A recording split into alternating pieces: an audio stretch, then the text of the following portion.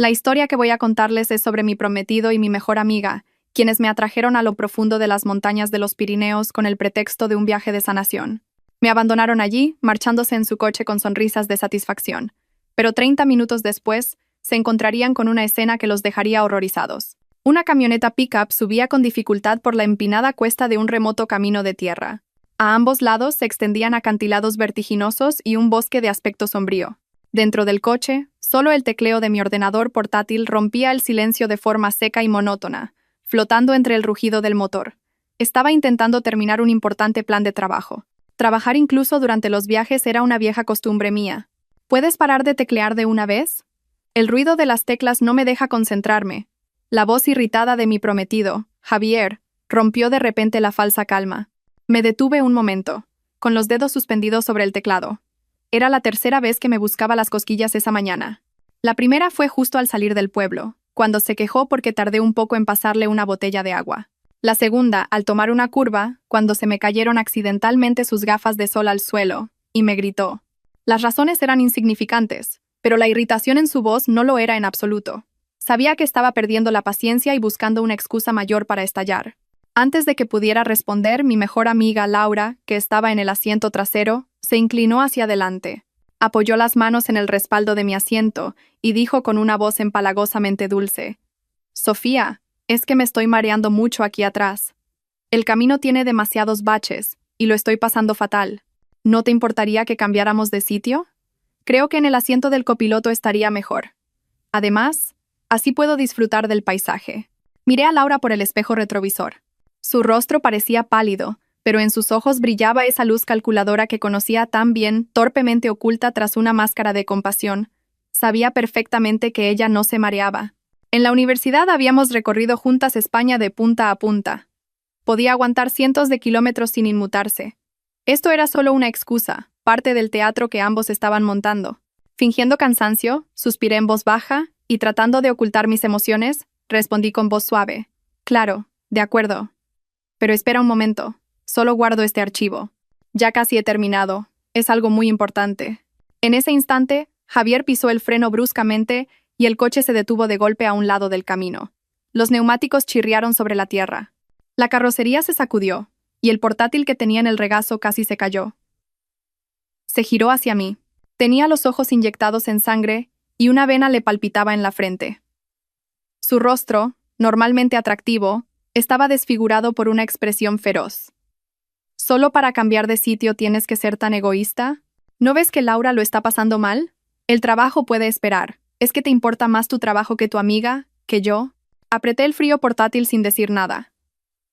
Un escalofrío me recorrió la espalda. Las dos personas frente a mí. Uno, el prometido al que iba a dedicar mi vida.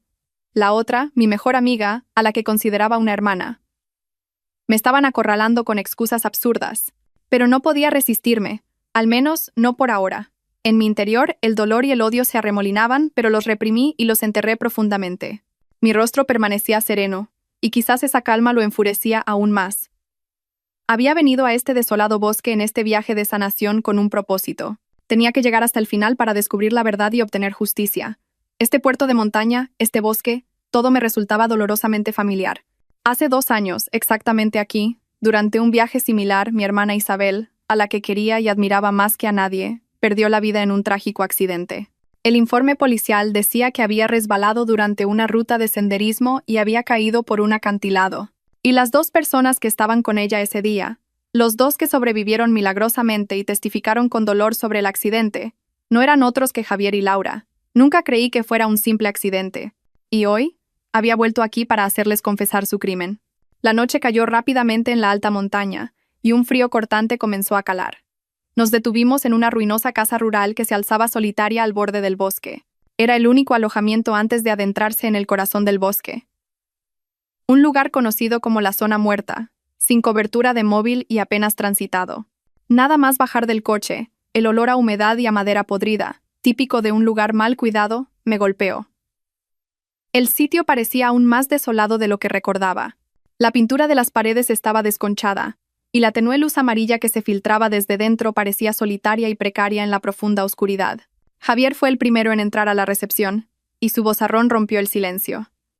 3 habitaciones individuales, por favor. Lo dijo con claridad, como si quisiera dejar constancia de algo. Laura y yo estábamos detrás de él. Vi claramente la sorpresa cruzar el rostro de Laura, pero enseguida se transformó en una sonrisa tímida. Conocía perfectamente su juego. Coger 3 habitaciones era una forma de mostrar respeto hacia mí, su prometida oficial, y al mismo tiempo asegurarse un espacio privado para pasar tiempo a solas con Laura. Debieron pensar que su plan era perfecto, cuando la anciana dueña, de pelo canoso, se frotó los ojos soñolientos y nos entregó lentamente 3 llaves viejas y oxidadas. Supe que había llegado mi oportunidad. Cogí la llave de mi habitación, me giré hacia Laura y le sonreí abiertamente. Era una sonrisa que había ensayado innumerables veces frente al espejo.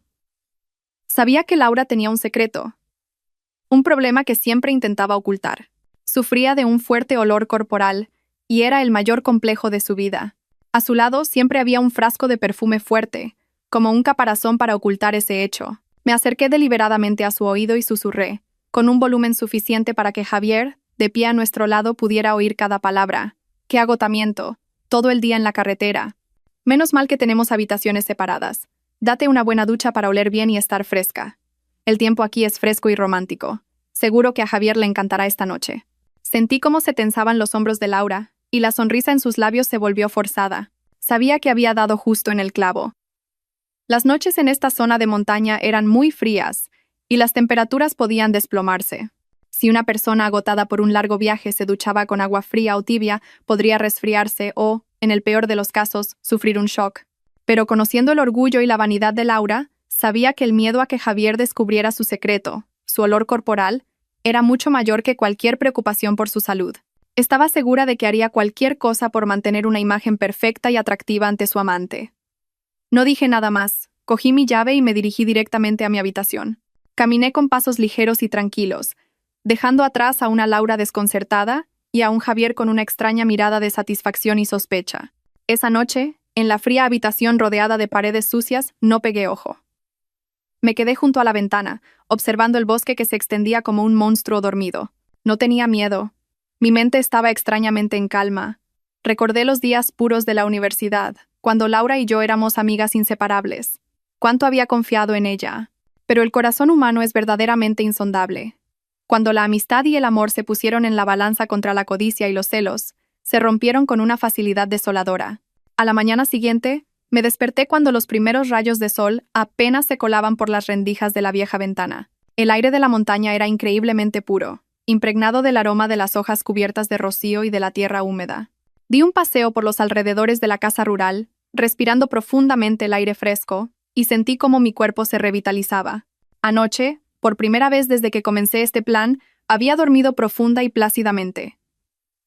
Aunque fuera temporal, esa paz mental era suficiente para darme fuerzas para lo que estaba por venir. Cuando se acercaba la hora del desayuno, volví al modesto comedor.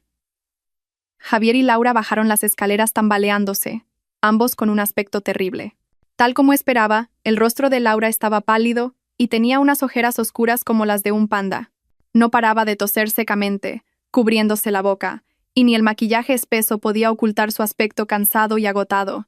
A su lado, el atractivo rostro de Javier también estaba sombrío, con los ojos inyectados en sangre y bostezando sin parar. Era evidente que ambos habían pasado una mala noche. Supe que mi guerra psicológica había funcionado a la perfección. Me acerqué con energía y dije con voz llena de preocupación y sorpresa: «Madre mía, ¿por qué tenéis tan mala cara? ¿No habéis dormido esta noche? ¿O es que la cama era incómoda?» Laura se sobresaltó y agitó las manos apresuradamente. No, Sofía. Es solo que con la altitud y el cambio de aire no me encuentro muy bien. Javier asintió, apoyándola con voz ronca. Sí, creo que estoy un poco resfriado. También tengo escalofríos. Evitaba mi mirada a toda costa. Les dediqué una sonrisa significativa que no pudieron percibir. Vaya, qué faena. He oído que el camino de hoy es aún más duro que el de ayer. Hagamos una cosa. Hoy conduzco yo. Estoy perfectamente y estoy acostumbrada a conducir por montaña. Vosotros descansad tranquilos en el asiento de atrás. Y cuando os encontréis mejor, cambiamos. Mi propuesta fue como un salvavidas para ellos. Javier y Laura aceptaron de inmediato, sin dudarlo un instante. Pensarían que seguía siendo la tonta fácil de manipular, y que el hecho de que yo condujera incluso les facilitaría sus planes. No tenían ni idea de que ponerme al volante era precisamente lo que haría que todo siguiera el guión que yo había planeado. El coche se puso de nuevo en marcha, y el ambiente en el interior era aún más silencioso que el día anterior. Javier y Laura casi dormitaban en el asiento trasero, solo moviéndose ocasionalmente por los baches del camino de piedra. Conduje hasta la gasolinera, el último puesto de avanzada de la civilización antes de entrar en la zona sin cobertura. Ante nosotros apareció una pequeña y solitaria gasolinera rodeada de montañas. Parecía un oasis polvoriento con un solo surtidor y una tienda destartalada. Javier y Laura, ya despiertos, dijeron que iban a comprar algo de picar y unas bebidas. Asentí, diciendo que me encargaría de repostar. Cuando sus figuras desaparecieron tras la puerta de cristal opaco de la tienda, un hombre con un viejo mono de trabajo y la piel curtida por el sol y el viento se me acercó lentamente desde una esquina. Era Mateo, el hermano de Isabel. Se había disfrazado de vendedor ambulante de recuerdos y mapas para turistas. Me tendió una botella de agua y, con una voz baja y ronca, deliberadamente alterada, dijo: «El mapa falso que instalé en su ordenador está activado. El GPS de tu coche funciona correctamente y te estoy rastreando». Asentí levemente mientras cogía la botella. «¿No hace falta tocar el depósito, Mateo?». Negó con la cabeza. «No es necesario. Ya te encargaste de eso anoche». La noche anterior, mientras todos dormían en la casa rural, me había escabullido al aparcamiento, y con un pequeño tubo de plástico y una técnica torpe aprendida en Internet, había vaciado casi la mitad del depósito. La gasolina restante era suficiente para adentrarse en el bosque, pero totalmente insuficiente para volver a salir. Mateo me puso en la mano un mapa de papel de aspecto desgastado. «Toma esto. Finge que me lo acabas de comprar. Dentro de un rato lo necesitarán. Sigue el plan al pie de la letra». Tras decir esto, se dio la vuelta en silencio y se mezcló con la sombra del viejo cobertizo para continuar con su papel. Justo en ese momento, Javier y Laura salieron con las manos llenas. Al verme examinar el mapa, Javier preguntó: «¿Qué es eso?». Respondí con naturalidad: «Ah, se lo he comprado a ese señor. Parece un mapa dibujado a mano bastante detallado. He pensado que podría ser útil». Javier y Laura se miraron y sonrieron de forma indescifrable. Dejamos atrás el último bastión de la civilización y abandonamos la gasolinera. El camino por delante se volvió cada vez más desolado. El asfalto desapareció, dando paso a un camino de tierra roja y lleno de baches. Los árboles a ambos lados crecían frondosos, formando un arco verde que ocultaba la luz del sol. El aire dentro del coche se volvió húmedo y frío, con un olor a humedad de hojas podridas y tierra mojada. Eché un vistazo a la pantalla del móvil en el soporte. Las barras de cobertura fueron disminuyendo una a una hasta desaparecer por completo. Solo quedaba un frío sin servicio. Hemos entrado oficialmente en la zona muerta. Suspiré a propósito fingiendo preocupación. Se ha ido la cobertura. Da un poco de miedo adentrarse tanto. Laura, en el asiento trasero, escuchó mis palabras y frunció los labios. «Qué miedo, Sofía. Cuanto más salvaje, más bonito es el paisaje. Además está Javier, ¿de qué te preocupas?». Justo entonces Javier, que había estado descansando con los ojos cerrados, se incorporó de repente. Señaló la pantalla del GPS del coche y dijo con tono autoritario: «Apaga el navegador del coche. En estos sitios, el GPS suele llevarte por caminos equivocados. Seguro que estas carreteras secundarias ni están actualizadas. Sigue este mapa». Dicho esto, sacó de su mochila un mapa de papel pulcramente doblado, lo desplegó y lo extendió sobre el salpicadero. Era un mapa detallado impreso a color, que parecía preparado con esmero. Sobre él, un camino que parecía un atajo a través del bosque estaba marcado con un rotulador rojo. Sabía que ese era el mapa que Mateo había manipulado, infiltrándose en el ordenador de Laura, con las coordenadas del desvío mortal. Pero a sus ojos, esto debía de parecer una obra maestra, el camino hacia mi inmensa fortuna. Detuve ligeramente el coche y dije con voz vacilante: «Pero, Javier, apagar el GPS me da un poco de miedo. ¿Y si nos perdemos? Al menos con el GPS sabemos dónde estamos. ¿No sería más seguro seguir la carretera principal, aunque tardemos un poco más?». Mi vacilación pareció enfurecer a Javier. Golpeó suavemente el salpicadero y espetó: «Ya empiezas otra vez. Te he dicho que Laura y yo lo hemos investigado todo. Esta ruta la comparten montañeros expertos, es totalmente segura. Con tanto miedo no se puede viajar. Mejor te hubieras quedado en casa». Laura se apresuró a intervenir. Su voz era dulce, pero con un toque de manipulación. «Es verdad, Sofía. Dicen que este camino lleva a un lago en lo alto de la montaña, un paisaje paradisíaco. Dicen que el agua es cristalina y que todo alrededor está lleno de flores silvestres. La gente lo llama el lago Esmeralda. Sería una pena que nos lo perdiéramos. Venga, Sofía, no hay nada que temer. Uno con mano dura, el otro con suavidad, me presionaban para que tomara el camino que ellos habían elegido. Vi el rostro ilusionado de Laura y la expresión impaciente de Javier. Se me heló el corazón. Por un lago inexistente, por una codicia sin fin, estaban dispuestos a llevar a su mejor amiga y futura esposa a la muerte. Permanecí en silencio un buen rato, fingiendo una profunda deliberación. Finalmente suspiré y dije a regañadientes: «Está bien, haré lo que digáis, pero si algo parece raro, tenemos que dar la vuelta inmediatamente». «Claro, claro, qué miedica», sonrió Javier triunfante. No dije nada más y apagué la pantalla del navegador del coche. La pantalla se volvió negra, como su futuro. Puse el coche en marcha lentamente y me desvié hacia el estrecho sendero de montaña marcado en rojo en el mapa. La camioneta desapareció gradualmente en el denso bosque, como si fuera engullida por las gigantescas hojas. El coche avanzaba muy lentamente por el accidentado camino de montaña. Las ramas de los enormes árboles centenarios se entrelazaban por encima, creando una cúpula natural que sumía el camino en una sombra húmeda. De vez en cuando, un débil rayo de sol se colaba entre las hojas, salpicando manchas de luz brillante sobre el suelo mojado. El espacio era tan silencioso que podía oír el crujido de las hojas secas bajo las ruedas y la respiración acompasada de Javier y Laura detrás de mí. Este pesado silencio, sin embargo, me vació la mente, y los recuerdos que me esforzaba por enterrar volvieron a surgir. Hace 2 años, en un camino de montaña como este, yo iba en el asiento trasero, y quien conducía era mi hermana Isabel. Mientras conducía, tarareaba una vieja canción pop. Su voz clara y alegre resonaba en el espacio, disipando la atmósfera sombría del bosque. Creo que hasta el sol brillaba más en aquel entonces. Iluminaba el largo y brillante pelo de Isabel, haciendo que su sonrisa fuera aún más radiante. En aquella época, cualquier lugar con mi hermana era el más seguro y cálido para mí. Conocí a Isabel en el momento más oscuro de mi vida. Fue cuando mis padres murieron repentinamente en un terrible accidente de coche, y con apenas 20 años me quedé con una pena insoportable y una enorme fortuna. Estaba completamente destrozada. Me sentía sola en el mundo. Parientes que nunca había visto aparecieron de repente, rodeándome con palabras dulces, pero sus ojos solo estaban llenos de codicia y cálculo.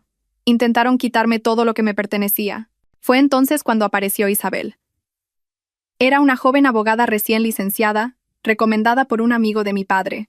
A pesar de su complexión delgada, sus ojos claros y su voz firme transmitían una extraña fuerza y determinación. No solo me ayudó a resolver los complicados asuntos legales y a proteger mi patrimonio de la gente codiciosa, sino que se convirtió en mi única familia. Me sacó de la oscura habitación en la que me había encerrado durante semanas. Todavía recuerdo vívidamente la primera comida que me preparó en la mansión vacía. No me dio palabras de consuelo vacías. Simplemente se sentó a mi lado en silencio, sirviéndome comida y contándome historias divertidas de su época universitaria. Fue esa calidez ordinaria la que curó las heridas de mi corazón. Me enseñó a cuidarme, a gestionar mi patrimonio y, lo más importante, a ser fuerte ante la vida. No solo protegió mis bienes, sino que me ayudó a protegerme a mí misma. Poco a poco, dejé de verla como una abogada y empecé a considerarla mi hermana mayor.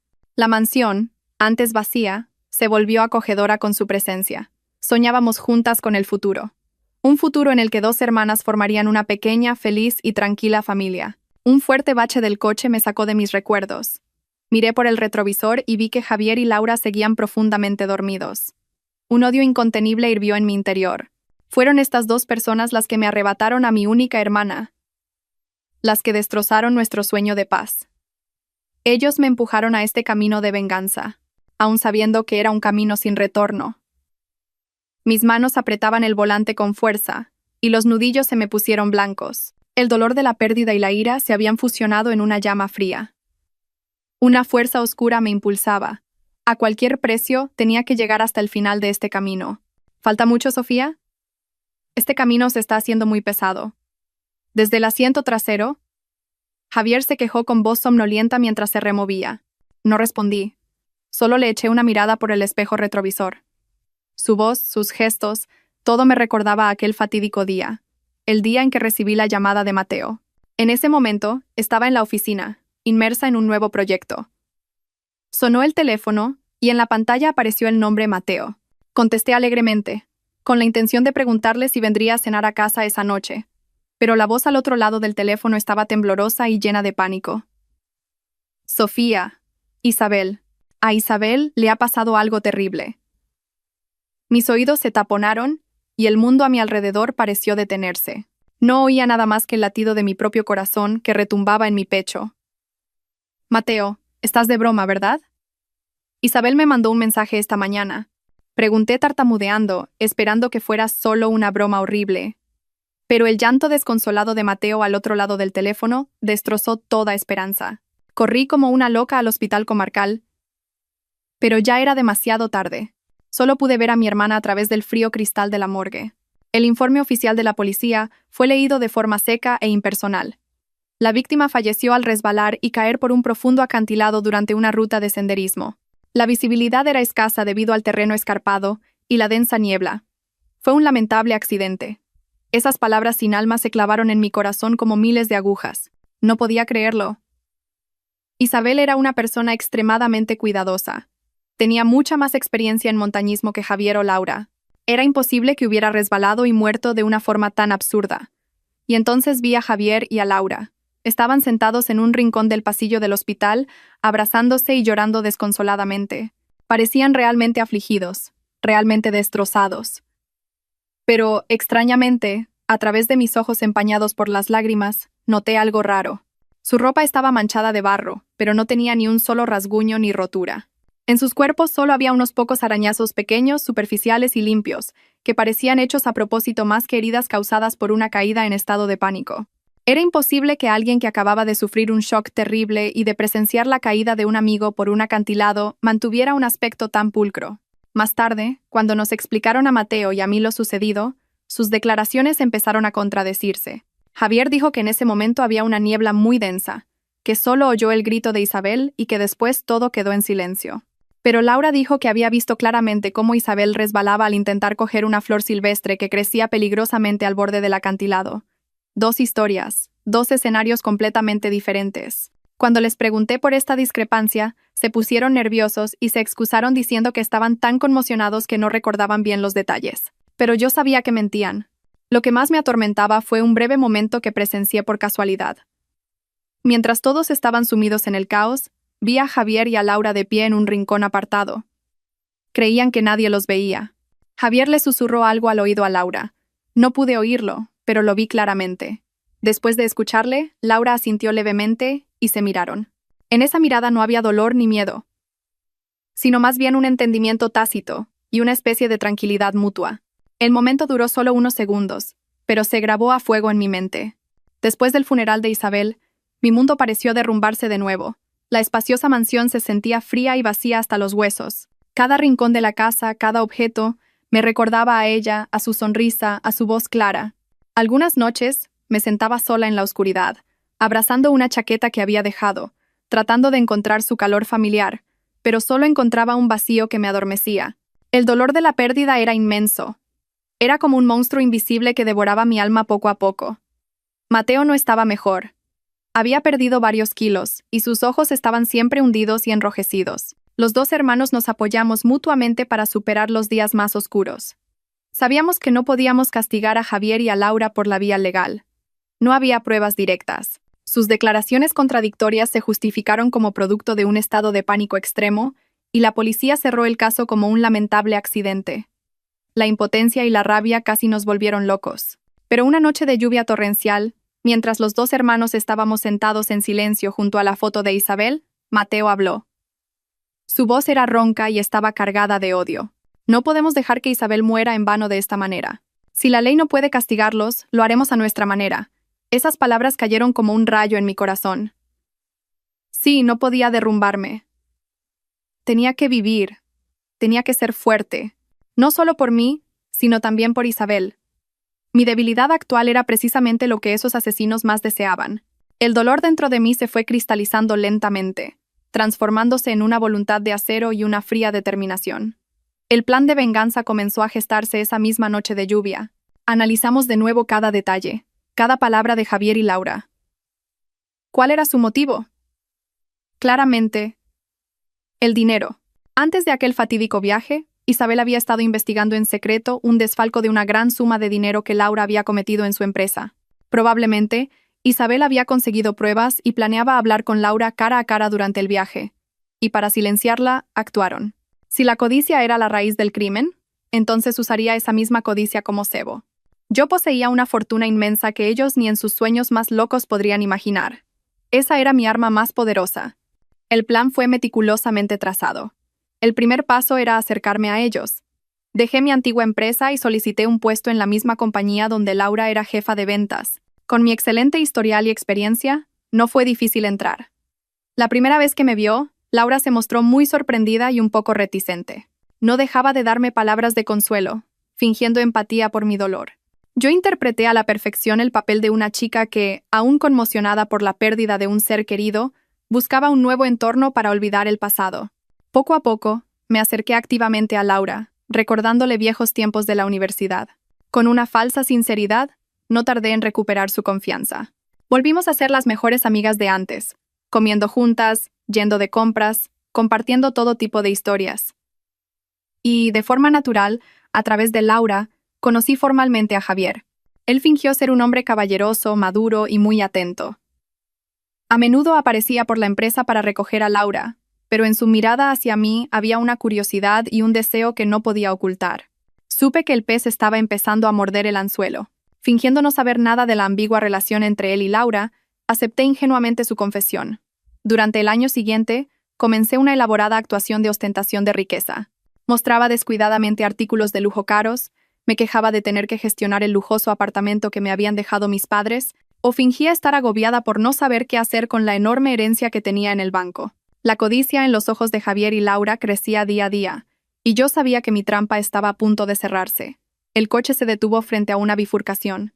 La carretera principal continuaba recta, y parecía mucho más ancha y segura. Aunque era un camino de tierra, Javier señaló un pequeño desvío a la derecha. Era un sendero de montaña sombrío, casi completamente oculto por árboles y enredaderas. En la entrada, un cartel de madera, desgastado y descolorido por la intemperie, tenía escritas en letras rojas casi borradas las palabras: Zona peligrosa, prohibido el paso. El cartel, que parecía una advertencia olvidada, añadía un aire de misterio y temor al camino. Entra por aquí. La voz de Javier estaba teñida de excitación, como si hubiera encontrado un tesoro. Frené bruscamente a propósito. Agarré el volante y dije con voz temblorosa: ¿Estás loco? Se ve claramente el cartel de prohibido el paso. ¿No lo has visto? He oído a la gente del pueblo decir que en esta zona hay muchas serpientes venenosas y jabalíes salvajes. No podemos entrar por ahí. Es demasiado peligroso. Enfaticé a propósito las palabras jabalíes salvajes. Era una amenaza real en las montañas de España. Sabía que mis palabras no eran suficientes. Necesitaba algo más tangible para que mi actuación fuera más convincente. Y fue como si el cielo me ayudara. Justo en ese momento, de entre los densos arbustos al borde del camino, un enorme jabalí salió disparado justo delante del coche. Era del tamaño de un coche pequeño, con pelo duro y largos colmillos blancos. Se detuvo en medio del camino, a solo unos metros de nuestro coche, mirándonos desafiante con sus ojos inyectados en sangre, y luego olfateó el aire. Laura, en el asiento trasero, gritó, y su rostro perdió todo el color. Javier también se sobresaltó, cambiando de color, e instintivamente me puso la mano en el hombro, como buscando consuelo. Esta aparición inesperada supuso un pequeño contratiempo en su plan. Aproveché la oportunidad y dije con voz aún más aterrorizada: «¿Lo ves? Te lo dije. ¿Quién sabe qué pasaría si choca contra nuestro coche? Es demasiado peligroso. Volvamos. Javier, por favor, vayamos por la carretera principal, por seguridad». El jabalí se quedó un momento, y luego, molesto por el ruido del motor, gruñó, giró la cabeza y desapareció en el bosque. Un silencio tenso se instaló en el coche. La aparición del jabalí hizo dudar momentáneamente a Javier y Laura, pero su codicia era tan grande que pronto superó el miedo incipiente. Javier carraspeó, tratando de recuperar la compostura y mostrar autoridad. Solo era un jabalí. Se asustó al ver nuestro coche y huyó. «No seas tan exagerada. Con un hombre aquí, ¿de qué tienes miedo?». Aunque dijo eso, pude ver que su mano todavía temblaba ligeramente. Su temeridad no provenía del valor, sino de la ignorancia y la codicia. Ignoraba los peligros de la naturaleza e ignoraba la vida humana. Creía que podía controlarlo todo. Pero no sabía que esa misma confianza ciega lo llevaría a la muerte. Continué fingiendo miedo, cubriéndome la cara con las manos y temblando. No, no voy a ir. Volvamos, Javier. Tengo mucho miedo. ¿Y si ese jabalí vuelve con su manada? Al ver que me negaba a continuar, la impaciencia se hizo evidente en el rostro de Javier. Golpeó suavemente el salpicadero y espetó. Ya empiezas otra vez. Te he dicho que está bien. Con tanto miedo no se puede viajar. Mejor te hubieras quedado en casa. Su voz ya no tenía adornos. La naturaleza de un hombre violento y patriarcal se reveló. Pensó que podía someterme por la fuerza, pero se equivocaba. Justo entonces, Laura, que había estado en silencio y aterrorizada, comenzó su propia actuación. Se inclinó hacia adelante, me rodeó los hombros y me dio unas palmaditas cariñosas. Su voz, en total contraste con la brusquedad de Javier, era dulce y persuasiva. Tranquila, Sofía. No tengas miedo. Está Javier, él nos protegerá. El jabalí se asustó porque el coche es grande, no volverá. Hizo una pausa y me miró con una expresión lastimera. ¿Sabes, Sofía? Dicen que este camino lleva a un lago en lo alto de la montaña. Un paisaje paradisíaco. La gente de aquí lo llama el lago Esmeralda. Dicen que el agua del lago es tan clara que se ve el fondo, y que tiene un color jade todo el año. Alrededor del lago siempre hay flores silvestres. Imagínate, acampar allí, ver las estrellas por la noche y despertarse en un campo de flores por la mañana. ¿No sería romántico? Las palabras de Laura eran como una música dulce que pintaba un cuadro celestial y seductor. Sabía que yo era romántica, que amaba la naturaleza y la belleza salvaje. Estaba atacando mis puntos débiles, tratando de adormecer mi cautela con palabras dulces. Cualquier mujer se sentiría tentada por estas palabras. Fingí que las palabras de Laura me conmovían y guardé silencio. Suspiré en voz baja, y mi voz todavía temblaba un poco. Pero este camino da mucho miedo. ¿Y si pasa algo?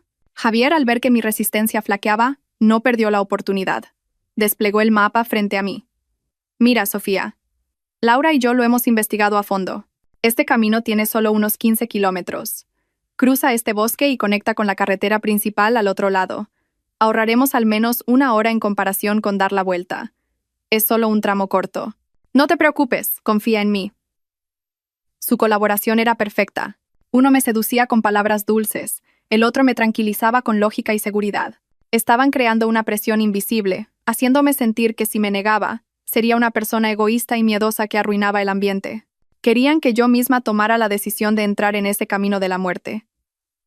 Así, si algo sucedía más tarde, podrían eludir por completo la responsabilidad. Permanecí en silencio durante un largo rato, fingiendo un intenso debate interno. Miré a Javier y luego a Laura. Finalmente suspiré como si me rindiera. Está bien, haré lo que digáis. Pero si algo parece raro, tenemos que dar la vuelta inmediatamente. De verdad, tengo mucho miedo. Claro, qué miedica, sonrió Javier, triunfante. Era la sonrisa de un cazador que ve a su presa caer en la trampa. Laura también sonrió, con una mezcla de alivio y complicidad. No dije nada más. Puse el coche en marcha lentamente y me desvié hacia el estrecho sendero de montaña. El coche se adentró lentamente en la oscuridad del bosque, dejando atrás la fatídica bifurcación. Mi corazón estaba frío como el hielo. Condujimos por el sendero de montaña durante casi 1 hora. Cuanto más nos adentrábamos, más accidentado se volvía el camino. Los baches eran cada vez más frecuentes, y algunos tramos estaban tan embarrados que las ruedas casi se atascaban. Tuve que tensar todo el cuerpo, agarrar el volante con fuerza y girarlo constantemente para esquivar las rocas que sobresalían del suelo. La camioneta rugía con dificultad, y la carrocería se sacudía violentamente con cada bache. El ambiente en el coche era sofocante y extremadamente tenso. Javier y Laura, sentados detrás, habían perdido toda su excitación inicial. Sus rostros estaban sombríos por el cansancio y la incomodidad. Sabía que su paciencia se estaba agotando, y eso era exactamente lo que quería. Tenía que hacer que revelaran su verdadera naturaleza, que actuaran primero, para que todo pareciera natural. Decidí añadir un poco de picante a esta tensa atmósfera. Carraspé una vez y empecé a tararear una canción. Era una canción pop moderna, alegre y animada que Isabel, Laura y yo solíamos cantar juntas cada vez que salíamos de viaje. Y ya no voy a llorar, porque sé que no volverás. El amor es como magia, que viene y se va sin avisar. Mi habilidad para cantar era pésima, y estaba un poco desafinada, pero mi voz sonaba clara e inocente en el sombrío espacio del bosque. Era extrañamente incongruente. Laura, en el asiento trasero, Se removió al oír mi canción. Sofía, ¿todavía te acuerdas de esta canción? Hacía mucho tiempo que no la oía. En su voz había un matiz de sorpresa, pero también una inconfundible molestia. Quizás la canción le recordaba algo que prefería olvidar. La miré por el espejo retrovisor y sonreí. Sí, me ha venido de repente a la cabeza. Antes la cantábamos mucho, ¿verdad? Sobre todo a Isabel, era su favorita. Mencioné el nombre de Isabel a propósito. La palabra Isabel fue como una piedra lanzada a un lago en calma, creando ondas de culpa en sus mentes. Vi cómo cambiaba el color del rostro de Laura, y se apresuró a girar la cabeza para mirar por la ventana, sin decir nada más. Javier seguía con los brazos cruzados, el ceño fruncido y en silencio. No me detuve. Seguí cantando, incluso más fuerte y más alegre. Como si estuviera disfrutando de verdad de este viaje. En esta situación mi canción era una provocación y una burla para las dos personas sentadas detrás. Era como un recordatorio de mi inocencia y su culpabilidad. ¿No te puedes callar de una vez? Finalmente Javier no pudo aguantar más. Gritó de repente, y su voz estaba llena de ira y hostilidad. El coche entero pareció retumbar con su grito. Fingí sorpresa y miedo, y dejé de cantar. Me giré para mirarlo, abriendo los ojos con inocencia. ¿He hecho algo malo? Solo estaba cantando. ¿Qué cantar ni qué narices? Me estás poniendo de los nervios. Apretó los dientes y me miró fijamente con sus ojos inyectados en sangre. Su ira no era solo por mi canción. Era por la frustración acumulada en el camino y, quizás, por la culpa que lo atormentaba. Después del grito de Javier, el aire en el coche se tensó como la cuerda de un violín. Me miraba fijamente con sus ojos inyectados en sangre, y su respiración era como la de una bestia enfurecida. Laura, en el asiento trasero, se cayó y se encogió, tratando de pasar desapercibida. Pero yo sabía que estaba esperando una excusa para unirse a Javier. Necesitaban una razón justificada para ponerme las manos encima. Respiré hondo, tratando de que mi voz no temblara, pero añadiendo un toque de agravio y provocación. ¿Qué te pone de los nervios? A mí me parece bien. ¿No será que estás de mal humor y todo te molesta? Mis palabras fueron como prender fuego a un barril de pólvora a punto de estallar, pero no me detuve ahí. Lo miré directamente a los ojos, con una frialdad que nunca antes había visto en mí. Y dije lenta y claramente: «Pues muérete». Las palabras salieron de mi boca con ligereza, pero su peso era como el de una roca. Javier y Laura se quedaron helados. Me miraron como si fuera una completa desconocida. Durante los últimos años, a sus ojos, yo había sido la tonta dócil y obediente, el cordero manso que podían manejar a su antojo. Nunca imaginaron que ese cordero pudiera enseñar los colmillos. La sorpresa en el rostro de Javier se transformó rápidamente en una ira frenética. Soltó un rugido que apenas parecía humano. «Tú, ¿qué has dicho? ¡Que me muera!». Golpeó con fuerza el salpicadero, y el estruendo resonó. «Zorra loca, ¿te crees alguien por tener un poco de dinero? Ya he aguantado bastante de ti. Para el coche ahora mismo. Voy a conducir yo, y si no quieres seguir, te bajas». Apreté el volante con fuerza, sintiendo que mis 10 dedos se clavaban en el cuero. «Estoy conduciendo». «¿Estás loco? ¿Quieres que nos matemos los tres?», grité, creando deliberadamente una situación caótica, una discusión fuera de control. Javier ya no dijo nada más. Había perdido completamente la razón. Se inclinó hacia adelante, intentando arrebatarme el volante con una mano y alcanzar la llave de contacto con la otra para apagar el motor. El coche empezó a tambalearse peligrosamente en el resbaladizo camino de montaña. Me resistí con todas mis fuerzas, manteniendo el pie en el acelerador. El coche tenía que adentrarse más, hasta el lugar exacto que yo había determinado. «Javier, Sofía, parad, es peligroso», gritó Laura desde el asiento trasero. Pero en lugar de detener a Javier, me rodeó el cuello y los hombros con sus brazos desde atrás, sujetándome con fuerza. «Sofía, tranquilízate. Para el coche, por favor». Su voz sonaba aterrorizada, pero la fuerza de sus brazos era firme y decidida. No tenía ninguna intención de detener la pelea, sino de inmovilizarme para que Javier pudiera actuar más fácilmente. Su teatro había llegado al clímax. Estaban creando juntos una escena falsa, en la que una discusión fuera de control llevaba a una acción accidental. Querían que pareciera que yo había sido la causante de todo. Se me heló el corazón. Una traición tan descarada era casi para reírse. Durante el forcejeo, Javier me dio una fuerte bofetada. La cabeza me dio vueltas y sentí un ardor en la mejilla. Aprovechando mi momentáneo aturdimiento, cogió mi móvil del soporte. Todo el día pegada al móvil. Trabajo, trabajo, trabajo. Voy a destrozártelo para que no puedas trabajar más, gritó, levantando el teléfono como si fuera a tirarlo por la ventana. Justo en ese momento, mientras cogía el móvil, pulsé rápida y discretamente el botón de encendido 3 veces seguidas con el pulgar derecho.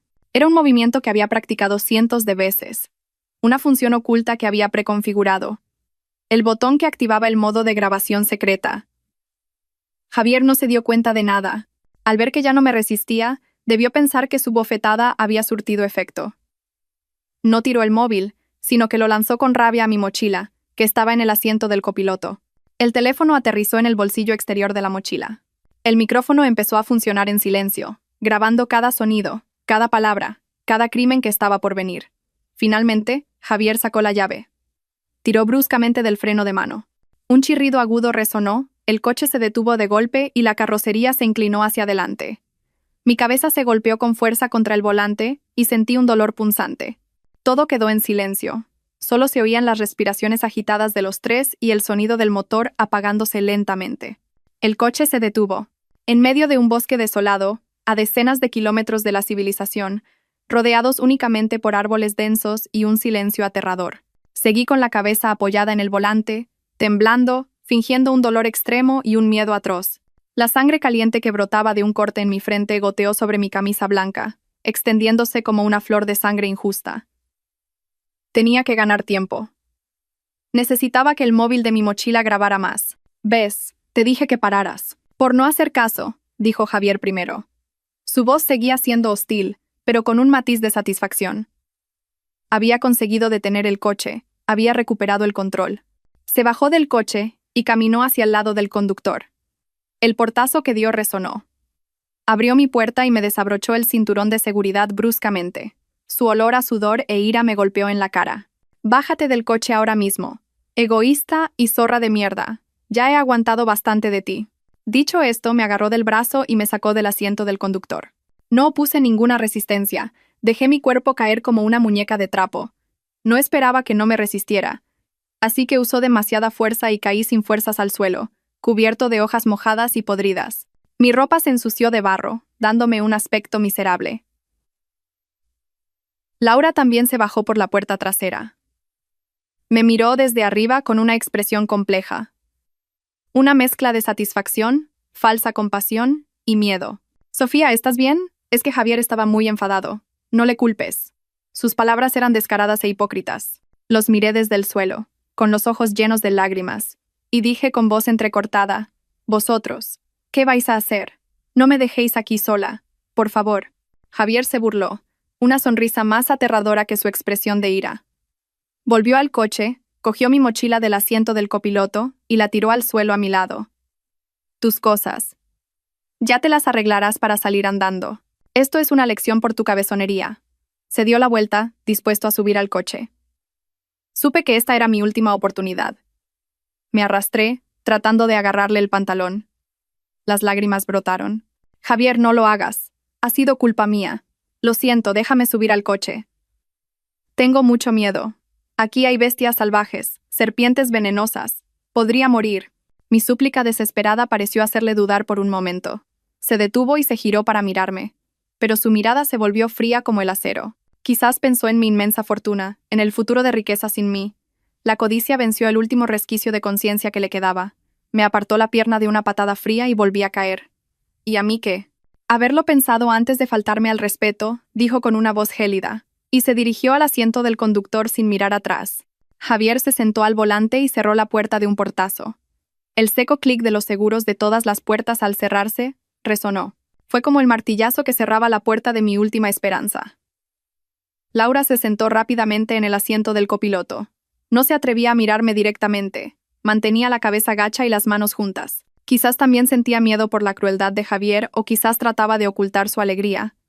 Me levanté con dificultad y golpeé con fuerza la ventanilla del coche. «Javier, Laura, abridme. No me dejéis aquí, por favor, haré lo que queráis. Abrid la puerta». Grité hasta quedarme ronca, y las lágrimas se mezclaron con la sangre y el polvo en mi cara. Golpeé la puerta del coche con las fuerzas que me quedaban, pero solo obtuve un silencio frío y sólido. Dentro, Javier estaba sentado, impasible. Disfrutaba de mi impotencia y desesperación.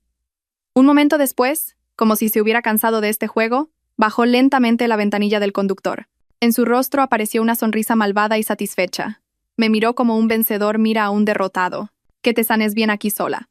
El paisaje es bonito, el aire es puro, es perfecto para ti. Buena suerte. Su voz era suave pero cargada de malicia y desprecio. Al terminar incluso me guiñó un ojo. Un gesto provocador y cruel. Y luego, subió lentamente la ventanilla. ¡No! Grité, tratando de meter la mano por la rendija que se cerraba. Pero era demasiado tarde. El cristal se cerró herméticamente, dejándome atrapada en el desolado y aterrador bosque. Laura, en el asiento del copiloto, levantó la cabeza por fin y me miró. No dijo nada, pero las comisuras de sus labios se curvaron claramente en una sonrisa. Una sonrisa que nunca olvidaré. La sonrisa de una víbora que acaba de matar a su presa. Javier arrancó el motor, y el sonido resonó en el silencioso bosque, como una música que anunciaba la muerte. No tenía prisa. Dio marcha atrás un poco y luego giró lentamente. Quería que viera cómo se marchaban, que saboreara hasta el final el sentimiento de abandono y desesperación. La camioneta empezó a rodar, y las ruedas hacían un sonido de chas, chas sobre la grava. Me quedé de pie, aturdida, viendo cómo el coche se alejaba. Sus figuras, vistas a través del cristal trasero, se hicieron cada vez más pequeñas hasta desaparecer tras una curva del denso bosque. El sonido del motor también se fue apagando hasta desaparecer, y el bosque recuperó su silencio original. Ahora estaba sola en este lugar desolado. No me apresuré. Me senté junto a mi mochila y con calma saqué una botella de agua y un pañuelo. Limpié con cuidado las manchas de sangre de mi frente y mi cara. La herida no era profunda, era un simple rasguño causado por el golpe. Pero había servido de excelente apoyo para mi actuación. Luego, bebí un sorbo de agua para calmar mi garganta, que ardía de tanto gritar. Tenía que recuperar la calma absoluta. Lo que tenía que hacer a continuación requería una mente fría. Abrí la mochila y saqué el móvil que Javier había tirado dentro. Pulsé el botón para detener la grabación. Un archivo de audio de más de 15 minutos se guardó de forma segura.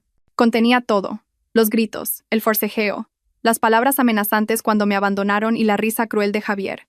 Esta era la prueba más sólida, mi as en la manga. Imaginé que Javier y Laura estarían muy ufanos en ese momento. Creerían que lo habían conseguido, que me habían eliminado a la perfección. Pensarían que moriría de hambre, de sed, por las bestias salvajes o por el miedo. Lo habían calculado todo, pero se habían olvidado de una cosa. Me habían subestimado. Pensaban que seguía siendo la misma Sofía ingenua y débil de antes. La muñeca bonita que solo podía vivir dependiendo de los demás.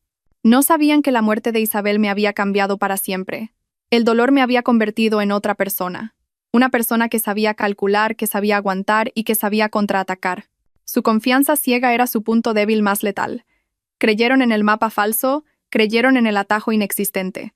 Creían que se dirigían hacia un futuro de riqueza, pero en realidad estaban corriendo directamente hacia la trampa que yo había preparado. Ese camino no llevaba al romántico lago Esmeralda, llevaba a un lugar peor que el infierno. Me senté al borde del camino, apoyada en un gran árbol. Tenía que volver a evaluar la situación.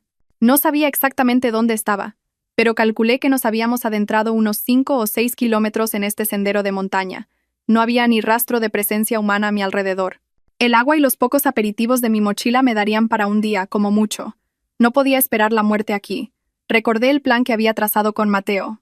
Él estaría rastreando mi posición en todo momento, pero mantendría una distancia de seguridad para no ser descubierto. Solo aparecería si yo enviaba una señal de socorro o si sentía que algo iba mal. La presencia de Mateo, en algún lugar, era mi única esperanza en este momento. Miré en la dirección en la que había desaparecido el coche de Javier y Laura.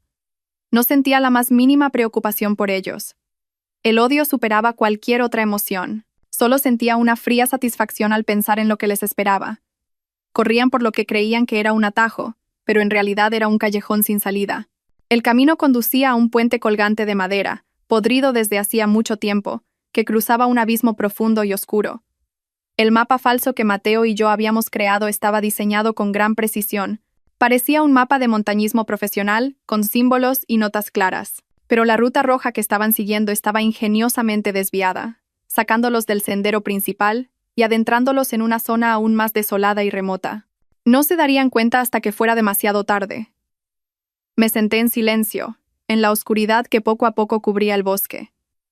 Ya no era la misma Sofía de antes. No era la damisela débil que solo lloraba ante las dificultades. Las circunstancias me habían hecho fuerte. Me habían hecho tomar la justicia por mi mano por mi hermana fallecida. La oscuridad se tragó por completo el bosque. La noche aquí era densa y pesada, sin que pudiera filtrarse ni una sola luz de la ciudad. Solo la tenue luz de la luna se colaba entre las hojas, salpicando manchas plateadas sobre el suelo mojado. El canto de los insectos, el aullido lejano de algún animal y el crujido de una rama seca en algún lugar de la oscuridad se combinaban para crear una sinfonía salvaje, aterradora y fascinante. No encendí un fuego por miedo a atraer a las bestias. Simplemente me senté en silencio, apoyada en el árbol, tratando de que mi cuerpo no temblara de frío. La fina chaqueta era insuficiente para el frío de la noche en la montaña, pero el frío que me calaba hasta los huesos mantenía mi mente más clara que nunca. Supe que había llegado el momento de ejecutar el siguiente paso. Abrí la mochila con cuidado. Saqué el móvil, comprobé de nuevo el archivo de grabación y lo guardé en una bolsa impermeable. Luego, con una pequeña navaja multiusos, corté con cuidado el forro del fondo de la mochila. Apareció un bolsillo secreto que yo misma había cosido. Envuelto en una suave tela de terciopelo, había un objeto pequeño y sólido, un teléfono por satélite. Este era mi verdadero amuleto.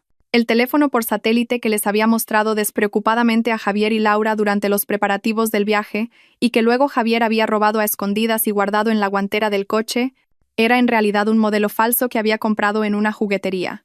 Sabía que Javier, con su carácter codicioso y precavido, querría controlar incluso el único medio de comunicación en caso de emergencia.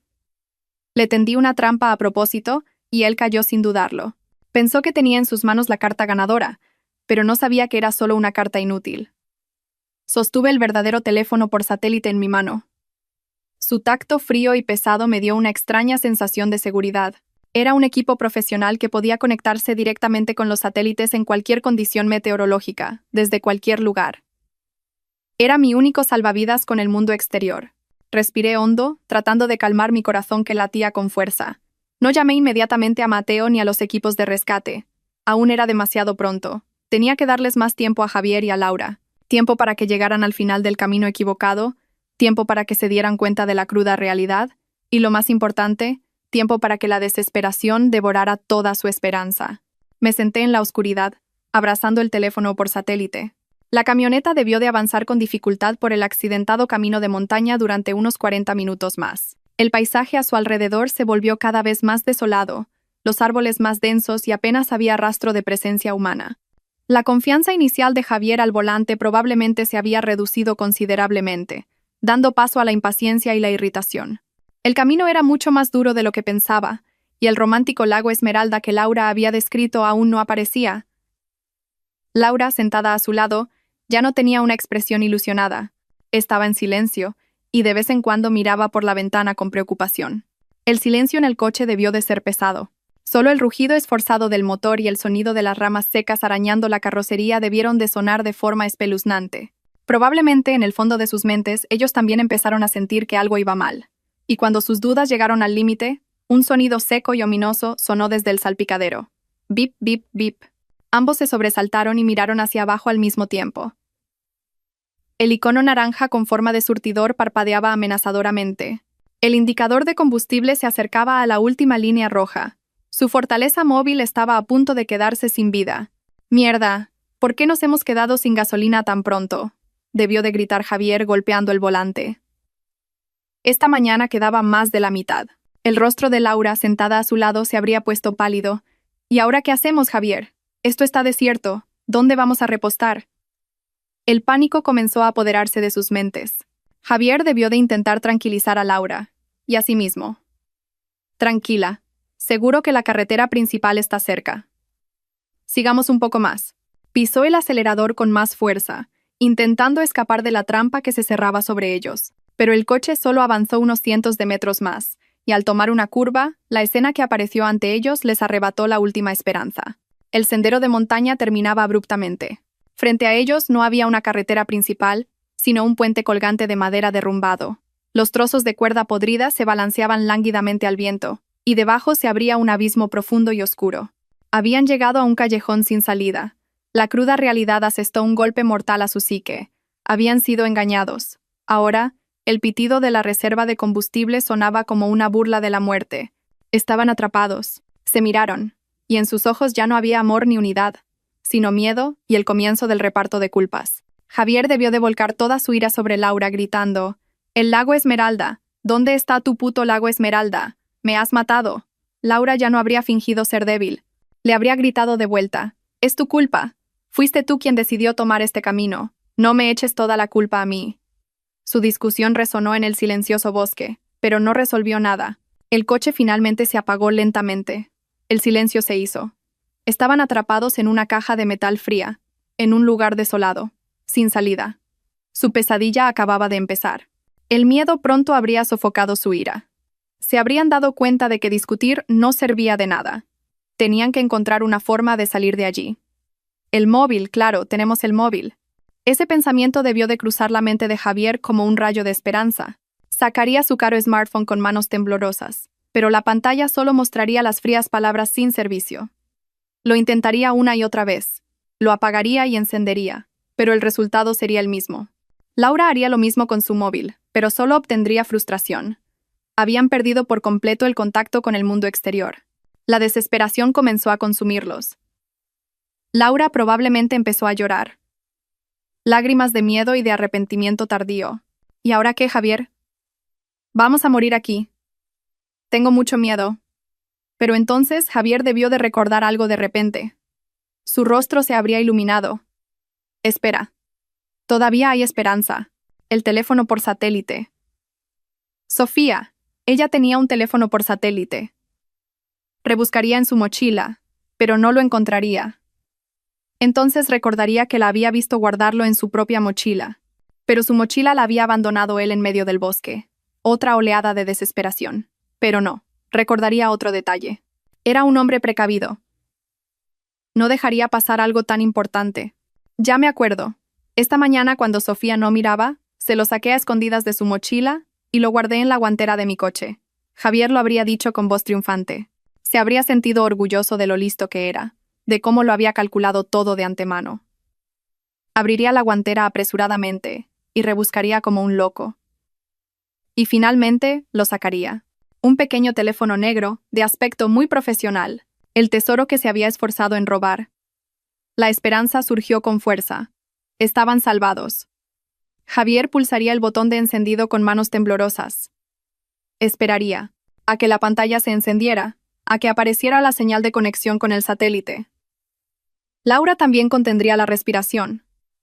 Sin apartar la vista del teléfono. Pasaron 1, 2, 3 segundos, pero la pantalla seguía en negro. ¿Qué pasa? ¿Por qué no se enciende?, murmuraría Javier, pulsando el botón de encendido como un loco. Intentaría conectarlo al cargador, pero el coche ya no tenía batería. Sacaría la batería y la volvería a poner, pero seguiría sin funcionar. Y entonces se daría cuenta de algo. Este teléfono era demasiado ligero. Los detalles de la carcasa parecían un poco toscos. Abriría la carcasa de plástico con la uña. Dentro no había circuitos electrónicos complejos, ni chips sofisticados. Solo un espacio vacío y una pequeña pieza de metal pegada para darle peso. Era solo un modelo, un juguete. Su última esperanza se hizo añicos. La cruda realidad cayó sobre ellos como un martillo. Habían sido completamente engañados. La risa cruel de Javier cuando me abandonó en medio del bosque se habría convertido ahora en un grito desesperado y frenético. Habría tirado el teléfono falso por el acantilado.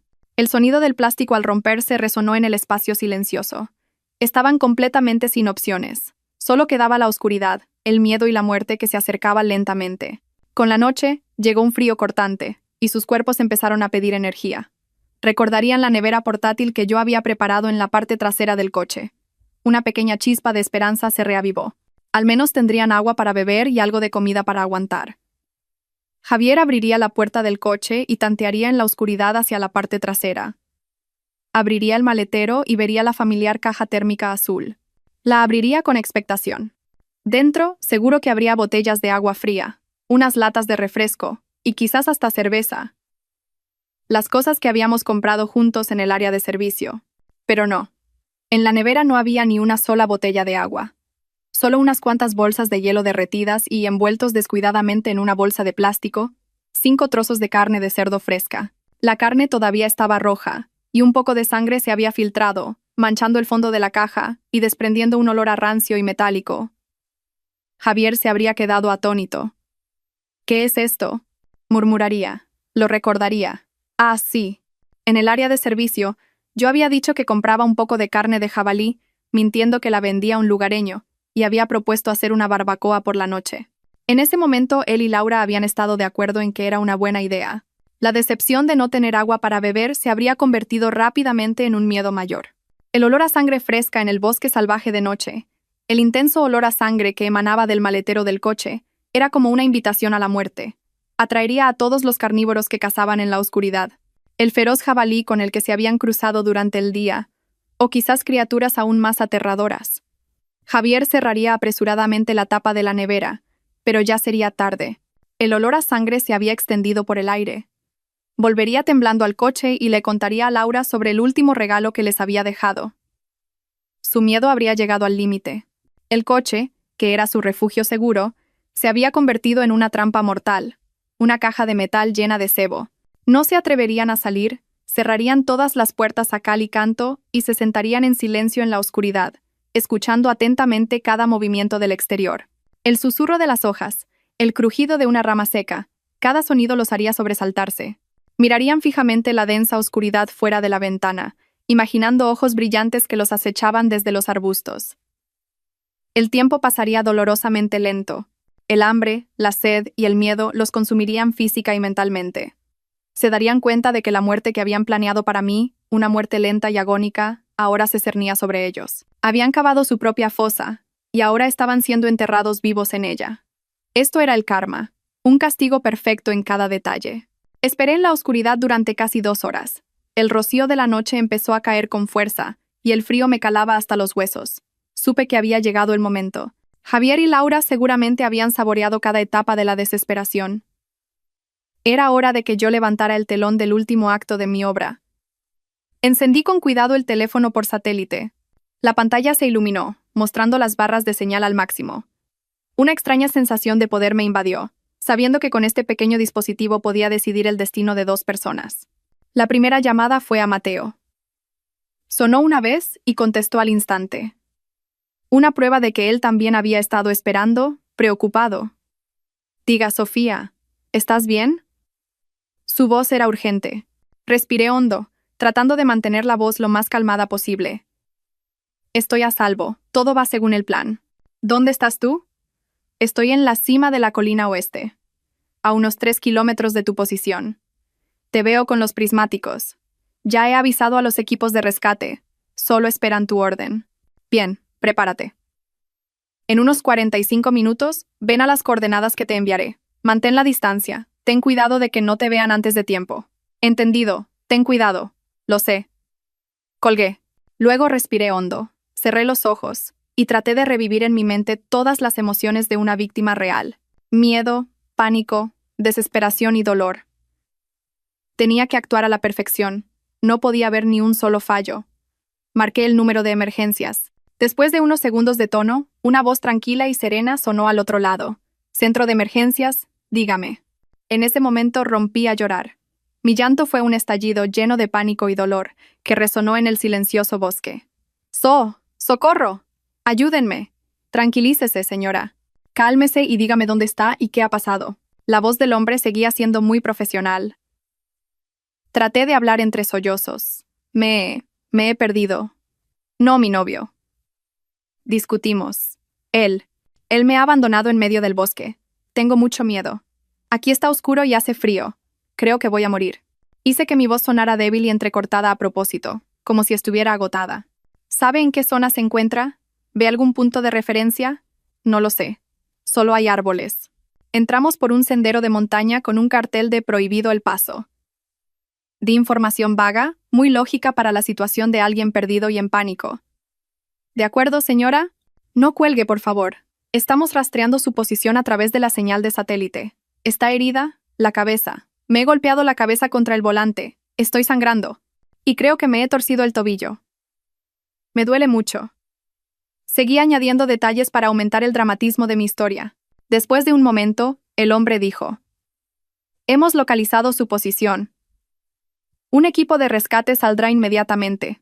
Intente mantenerse caliente y quédese donde está. No se mueva. Todo va a salir bien. Por favor. Dense prisa. Tengo mucho miedo. Terminé la llamada con el equipo de rescate. El silencio del bosque me envolvió de nuevo. Pero esta vez ya no era aterrador. Era el silencio de la espera. Me senté apoyada en el árbol, apretando la fina chaqueta contra mi cuerpo. El rocío de la noche se hizo más denso, y el frío se coló entre mi pelo, haciendo que la herida de mi frente palpitara ligeramente. Me la toqué suavemente, y sentí que la sangre empezaba a secarse. El dolor era real, pero no era nada comparado con el que debió de sufrir Isabel.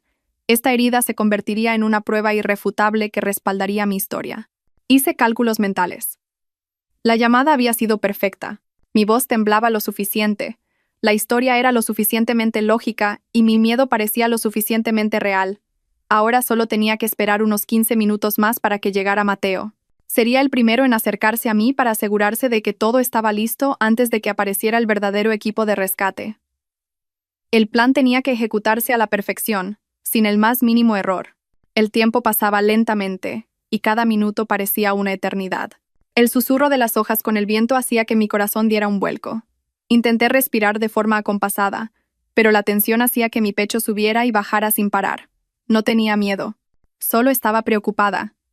Preocupada de que un pequeño error pudiera echar por tierra todo el esfuerzo de Mateo y mío. Y entonces lo oí. Un sonido muy débil, casi imperceptible, de un motor acercándose. No era el estruendo de un vehículo de rescate profesional, sino el sonido silencioso y estable de un todoterreno. Las luces delanteras estaban apagadas, y el vehículo se movía con cautela en la oscuridad, como un leopardo acechando a su presa. El coche se detuvo a unos 50 metros de donde yo estaba sentada. Un hombre alto se bajó. Era Mateo. No corrió hacia mí, sino que caminó con paso rápido pero tranquilo. La tenue luz de la luna iluminaba su rostro anguloso, curtido por el sol y el viento. Después de la muerte de Isabel, había envejecido mucho. El dolor había grabado profundas arrugas en su frente. «Sofía, ¿estás bien?» Se arrodilló a mi lado, y su voz era ronca por la preocupación. Intenté sonreírle, pero las comisuras de mis labios estaban rígidas. «Estoy bien, solo muy cansada, Mateo». Mateo no dijo nada, abrió su mochila y sacó una manta térmica de un brillante color plateado y un pequeño termo. «Toma un poco de té de jengibre caliente». «Lo has hecho muy bien». Cogí el termo, y su calor se extendió por todo mi cuerpo a través de las palmas de mis manos. Bebí un pequeño sorbo, y el picante aroma del jengibre me picó en la nariz y casi me hizo toser, pero me despejó la mente. Mateo me envolvió con cuidado en la manta térmica. Vio la herida de mi frente y frunció el ceño. «¿Esa herida? ¿Es real?» Me pegó. Me golpeé contra el volante durante el forcejeo. Mi voz se volvió fría, sin emoción alguna. Esto no estaba en los cálculos, pero hace que todo sea más realista. Los ojos de Mateo se inyectaron en sangre. Apretó los puños. «Perfecto. Hará que tu historia sea más creíble. El equipo de rescate llegará en unos 30 minutos. A partir de ahora, tienes que ser una víctima en estado de pánico extremo. ¿Entendido? Solo pánico, miedo y agotamiento». Asentí. «Lo sé. Tienes que temblar. Tienes que llorar en cuanto los veas. No digas nada de Isabel, ni de nuestro plan. Solo eres una pobre chica abandonada por su novio, herida y asustada de las bestias salvajes». Me dio instrucciones detalladas, hasta el más mínimo detalle. «Lo recordaré. Tengo que irme». Se levantó. «No puedo estar aquí cuando lleguen. Estaré observando todo desde unas coordenadas seguras cercanas. Cuando te trasladen a un lugar seguro, yo me encargaré del resto». Puso una mano en mi hombro y lo apretó ligeramente. Era el único calor y apoyo que tenía en esta solitaria batalla. Mateo se dio la vuelta y desapareció rápidamente en la oscuridad. El sonido del motor volvió a oírse débilmente y luego se apagó. Volví a quedarme sola en el frío bosque. Pero esta vez, ya no esperaba sin esperanza. Me apreté la manta térmica y temblé. Estaba esperando a mis salvadores. La mayor representación estaba a punto de comenzar. 30 minutos después de que Mateo se fuera, 30 minutos que parecieron una eternidad, empecé a oír los sonidos que esperaba. El estruendo de motores de vehículos a lo lejos, no uno, sino varios. Potentes faros se proyectaban directamente hacia el cielo, rasgando la densa oscuridad del bosque. Y luego, el sonido de un megáfono resonó, rebotando en los acantilados y creando un eco espeluznante. «Hola, ¿hay alguien ahí? Somos el equipo de rescate. Señorita Sofía, ¿nos oye? Por fin, era hora de actuar. Respiré hondo, dejando que el frío que me calaba hasta los huesos se apoderara de mi cuerpo. Reuní todo mi miedo, mi odio y mi cansancio en mi garganta, y rompí a llorar. Un llanto sollozante y desesperado. ¡Socorro! ¡Estoy aquí! ¡No me abandonen, socorro! Mi voz era débil, ronca de tanto gritar, pero lo suficientemente fuerte como para superar el sonido del viento. Las luces de varias linternas se centraron inmediatamente en mi dirección. Vi al menos a 5 o 6 personas corriendo hacia mí. Llevaban los uniformes naranjas fluorescentes del equipo de rescate, y parecían dioses descendidos a este bosque infernal. «Dios mío, la hemos encontrado. Está aquí», gritó una voz. El primero en llegar, probablemente el jefe, se arrodilló a mi lado, encendió la linterna de su casco y me apuntó directamente a la cara. La luz deslumbrante me hizo entrecerrar los ojos. Estaba segura de que mi aspecto en ese momento era lamentable. El pelo revuelto, pegado con sangre y barro, el rostro pálido y cubierto de lágrimas, y el cuerpo temblando violentamente dentro de la manta térmica plateada. ¿Es usted la señorita Sofía? Hemos recibido su señal de socorro. Ya está a salvo. No dije nada, solo extendí la mano y le agarré el brazo con fuerza, como un náufrago que se aferra a un salvavidas. Tengo mucho miedo. Frío. Ayúdenme, por favor. Tranquila. Ya está a salvo, dijo con voz tranquilizadora. Equipo médico. Por aquí. Comprobad el estado de la víctima. Otra persona con una gran bolsa de primeros auxilios se acercó rápidamente. Limpió con cuidado las manchas de sangre de mi frente con una gasa. La herida no es profunda, pero es bastante larga. Habrá que darle puntos. ¿Qué ha pasado? Llorando, conté la historia que había preparado. Mi voz era entrecortada y estaba llena de agravio. Es mi novio. Javier. Discutimos. Solo porque cantaba un poco alto. Se enfadó, forcejeamos y me golpeé la cabeza contra el volante. Y luego me sacó del coche. Tiró mis cosas. Él y mi amiga Laura. Se fueron en el coche. Me abandonaron aquí. El rostro del jefe de rescate se endureció. Apretó los dientes. ¿La abandonó en esta zona prohibida, con una herida sangrante en la cabeza? Es increíble. Eso es inhumano. La ira en su voz era exactamente lo que quería. Había conseguido sembrar en sus mentes la imagen de un hombre cruel y una amiga cómplice. ¿No se ha hecho daño en ningún otro sitio?, continuó el médico. Gemí. Sí. Cuando me empujó y caí, creo que me torcí el tobillo. Me duele tanto que no puedo levantarme. De acuerdo. La sacaremos de aquí inmediatamente. Me tumbaron con cuidado en una camilla de rescate profesional y me cubrieron con varias mantas gruesas para mantenerme caliente. Mientras me transportaban, vislumbré el cielo nocturno entre las hojas. Sentí un extraño alivio. Pero no era el alivio de una víctima recién rescatada, sino el de una vengadora que había concluido brillantemente su obra. Casi al llegar al vehículo de rescate, oí al jefe hablar por la radio. Su voz resonó alta y clara. Víctima Sofía localizada.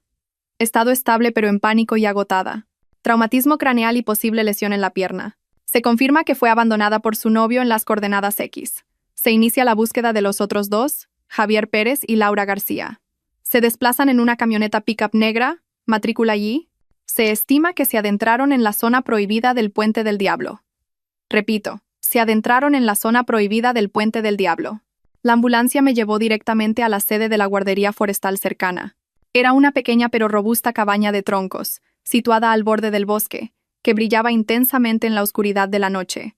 El intenso olor a café y el aroma a pino húmedo que emanaba de ella daban una extraña sensación de seguridad y calidez.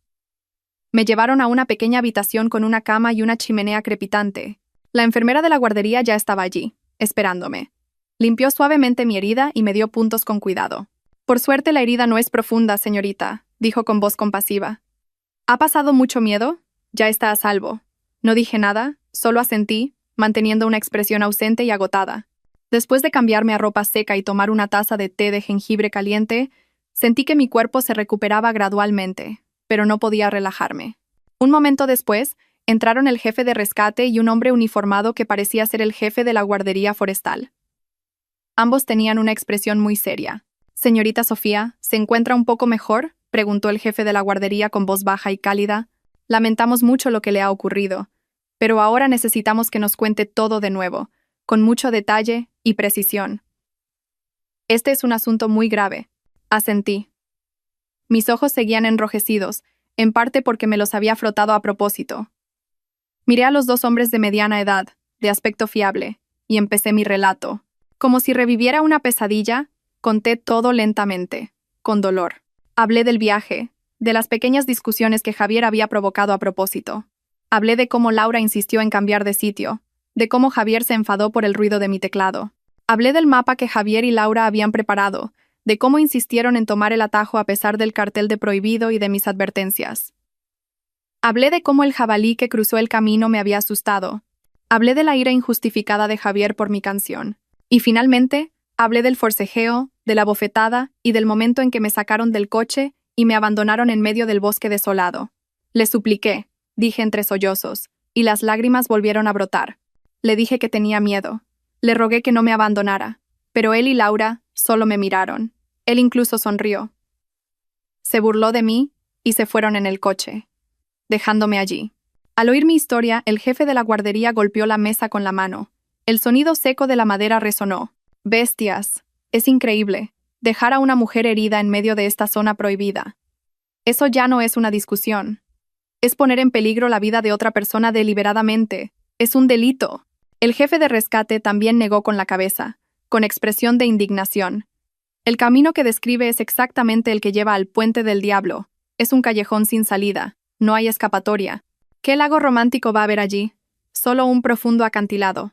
¿Es que ellos tampoco conocían bien el camino? Negué con la cabeza, con una expresión inocente y confusa. No lo sé. Yo les dije que no fuéramos.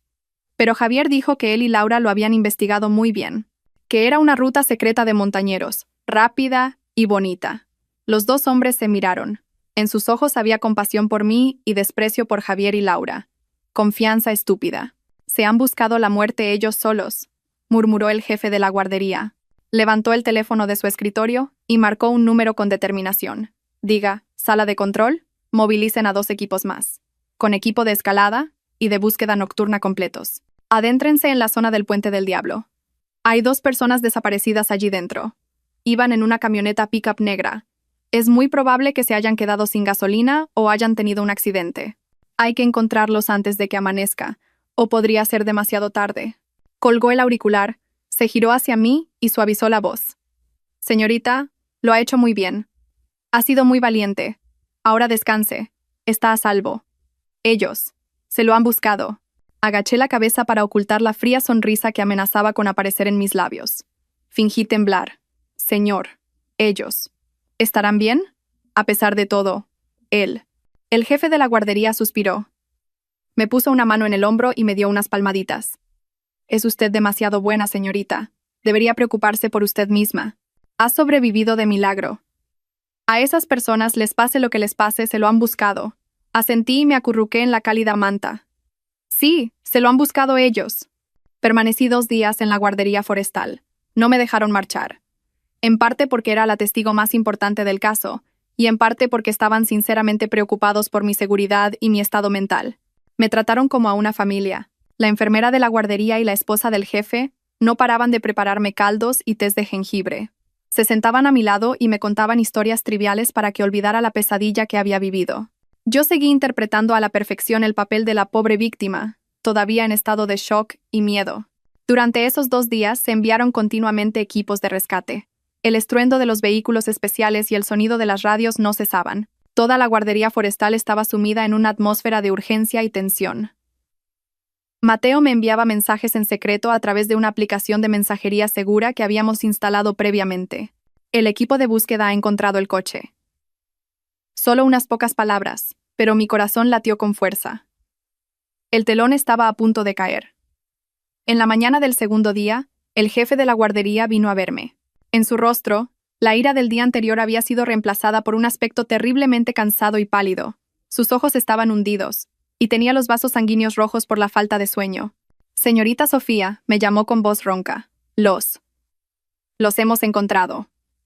Levanté la cabeza, tratando de mostrar una expresión de esperanza y preocupación. ¿De verdad? ¿Dónde están, señor? ¿Están bien? El jefe de la guardería negó lentamente con la cabeza, y su mirada no se atrevía a mirarme directamente. Lo lamento mucho. Tiene que prepararse. Tiene que venir con nosotros al hospital comarcal para identificar los cuerpos. La palabra identificar cayó como un martillo. Sabía lo que significaba. Me tapé la boca con las manos y las lágrimas brotaron. No. No puede ser. Está bromeando, ¿verdad? No puede ser. Lo siento, señorita, dijo el jefe de la guardería con voz compungida. No me llevaron al lugar de los hechos. Afortunadamente, no tuve que presenciar esa escena. Me llevaron al hospital comarcal. Era un pequeño centro médico que también tenía una fría morgue. El aire estaba impregnado de olor a desinfectante, dando una sensación sofocante y desoladora. El jefe de la guardería y un oficial de policía ya me estaban esperando allí. No me hicieron entrar en la sala de autopsias. Señorita Sofía, empezó el oficial con voz pesada. La escena era realmente espantosa. No podemos dejar que lo vea usted misma. Sería un trauma para toda la vida. En su lugar, le mostraremos los efectos personales que se encontraron en el lugar. A pesar de que estaba preparada, no pude evitar temblar. ¿Qué? ¿Qué ha pasado exactamente? El oficial respiró hondo y empezó a relatar lo que había informado el equipo de rescate. Encontraron la camioneta pickup atrapada al final de un callejón sin salida, justo antes del acantilado del Puente del Diablo. Tal como esperaba, el coche estaba completamente sin gasolina. Las puertas estaban cerradas por dentro, pero la ventanilla del conductor estaba rota en 1000 pedazos desde fuera. Parecía que habían estado muy desesperados. El oficial continuó. Encontramos un teléfono por satélite falso y destrozado al pie del acantilado. Y lo más terrible. Dudó, como si le costara decirlo. Susurré. Y encontramos una nevera portátil en el maletero. La tapa estaba abierta de par en par, y dentro, en lugar de comida o agua, solo había unos trozos de carne de cerdo fresca que empezaban a oler. El olor a sangre parece que atrajo a una gran manada de jabalíes. Las huellas alrededor del coche indican que hubo un ataque muy violento. Hay marcas de embestidas y arañazos frenéticos en el coche. Fingí horror y me tapé la boca con la mano. Dios mío, esa carne. La compré yo. Para hacer una barbacoa por la noche. No lo sabía. El oficial asintió con compasión. Eso fue una trágica coincidencia. Las dos víctimas parece que intentaron aguantar dentro del coche, pero las bestias eran tan feroces que rompieron la ventanilla. En un estado de pánico, las dos víctimas intentaron huir al exterior, pero no lo consiguieron. No especificó cómo no lo consiguieron, pero pude imaginar que la escena habría sido peor que el infierno. Encontramos los cuerpos. Bueno, sus restos, no muy lejos del coche. ¿Podría confirmar si estos son sus efectos personales? Abrió una bolsa sellada y colocó con cuidado sobre la mesa varios objetos, limpios pero todavía con restos de tierra y sangre seca. Un reloj de hombre con el cristal roto y la correa rota. Era el que le había regalado a Javier por su cumpleaños. Un collar de plata con un colgante en forma de corazón abollado era el que Laura nunca se quitaba. Y una cartera de cuero de hombre con el DNI de Javier Pérez intacto. Miré fijamente los objetos. En su día, fueron símbolos de amor y amistad. Ahora, eran la prueba de una muerte miserable, de un castigo merecido. Las lágrimas brotaron de mis ojos, y ya no pude contenerlas. Pero esta vez, no eran lágrimas de hipocresía.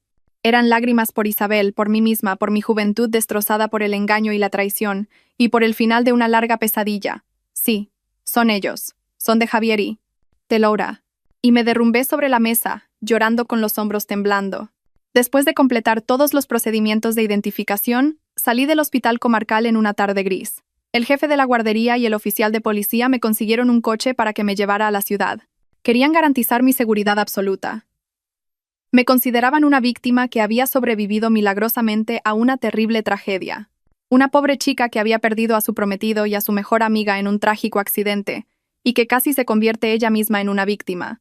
El caso se cerró como la muerte de las dos víctimas, Javier Pérez y Laura García, por el ataque de animales salvajes en una zona prohibida, después de entrar sin autorización en un camino sin salida y quedarse sin combustible.